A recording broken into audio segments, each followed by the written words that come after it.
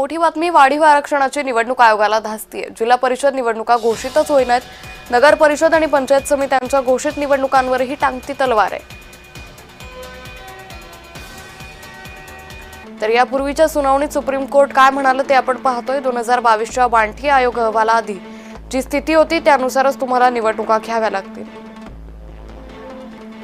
आरक्षण 50% पार जाऊच कसं शकतं?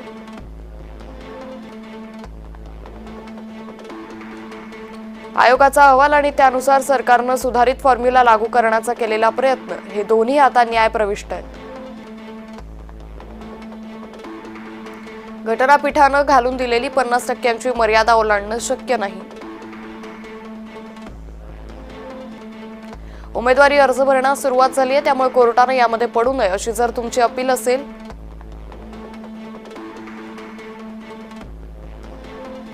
तर आम्हाला निवडणुका स्थगित कराव्या लागतील।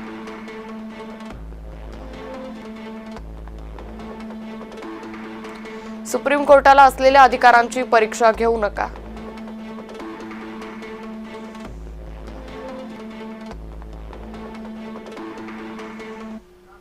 मुख्यमंत्री हे नेहमीच ओबीसीच्या बाजूने उभे राहतात असं म्हणतात।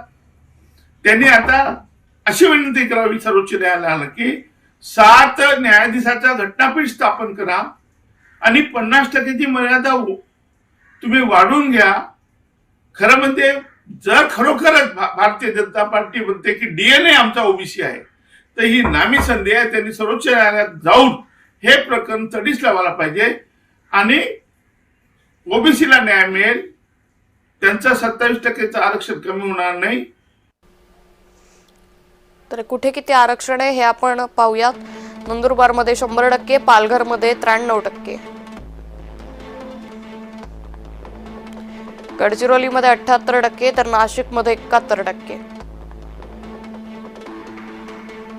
धुळ्यामध्ये 73%, तर अमरावतीमध्ये 66% इतकं आरक्षण आहे। चंद्रपूरमध्ये 63%, यवतमाळमध्ये 59% आरक्षण आहे।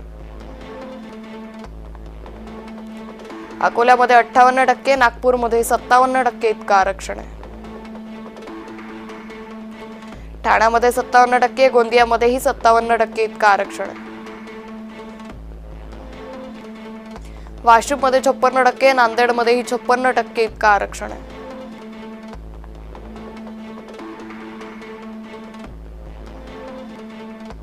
कसं काय आम्ही या प्रस्थापितांच्या विरोधात लढायचं? कुणबी दाखल्यांनी आम्हाला पाळण्यातच मारलं जातंय। जसं आता हाके सरांनी सांगितलं, राजकीय प्रतिनिधित्वाची